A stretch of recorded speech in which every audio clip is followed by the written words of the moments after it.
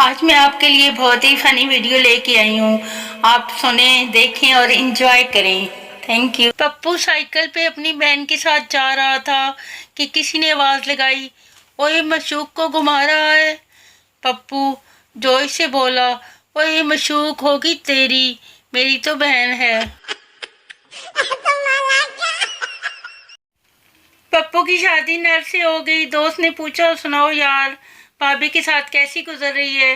पप्पू, यार मैं तो अजाब में फंस गया हूँ। जब तक सिस्टर ना कहूँ सुनती ही नहीं। पप्पू, अब्बू आपके सर के कुछ बाल सफेद हो गए हैं। बाप बेटा, जब तुम मुझे नाराज करते हो तो मेरा एक बाल सफेद हो जाता है। तुमने जितनी दफा मुझे नाराज किया है मेरे इतने बाल सफेद हो गए हैं। पप्पू, अच्छा अब मैं समझा। मैं भी कहूँ कि दादा जान के सारे बाल क्यों सफेद हैं।